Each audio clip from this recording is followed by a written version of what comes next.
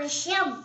പണ്ട് കിഷാരപുരം എന്ന ഗ്രാമത്തിൽ ഒരു ഗുരുകുലമുണ്ടായിരുന്നു. ഗുരുകുലം എന്നാൽ ഗുരുവും ശിഷ്യന്മാരും ഒരുമിച്ച് താമസിച്ചിരുന്ന സ്ഥലം. ഗുരുവിന്റെ പേര് ഗാനമിത്രൻ എന്നായിരുന്നു. ഗുരുവും ശിഷ്യന്മാരും വളരെ സന്തോഷത്തോടെ അവിടെ താമസിച്ചു പോന്നു. ബുദ്ധിശാലിയും നല്ല അറിവുള്ളയാളുമായിരുന്നു ഗാനമിത്രൻ. ഒരു ദിവസം ഗുരു ധ്യാനത്തിലിരിക്കുകയായിരുന്നു.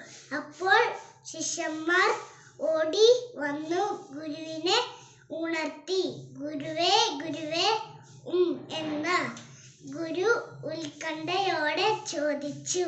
"ഗുരു, അച്ഛൻ അടുക്കളയിലെ ഓട്ടുപാത്രം മോഷ്ടിച്ചു. അവൻ ചന്തയിൽ കൊണ്ടുപോയി ആ പാത്രം വിറ്റു."